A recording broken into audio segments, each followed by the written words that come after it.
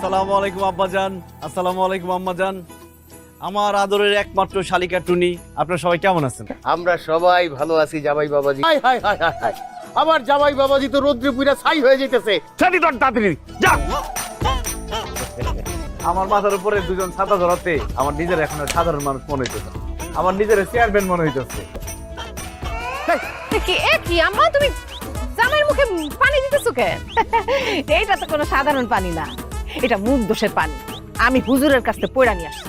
এই যে জামাই বাবাজি আউনের পথে কত বুড়া বুড়ি ছেলে মেয়ে ওর দিকে তাকাইছে না, যদি মুখ লাগে এই জন্য মুখ দোষের পানি দিয়া মার।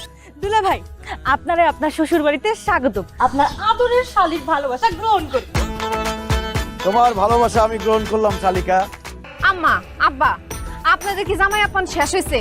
হইলে কোন আমরা ঘরে যাই, আমি গরমে থাকতে পারতেছি না।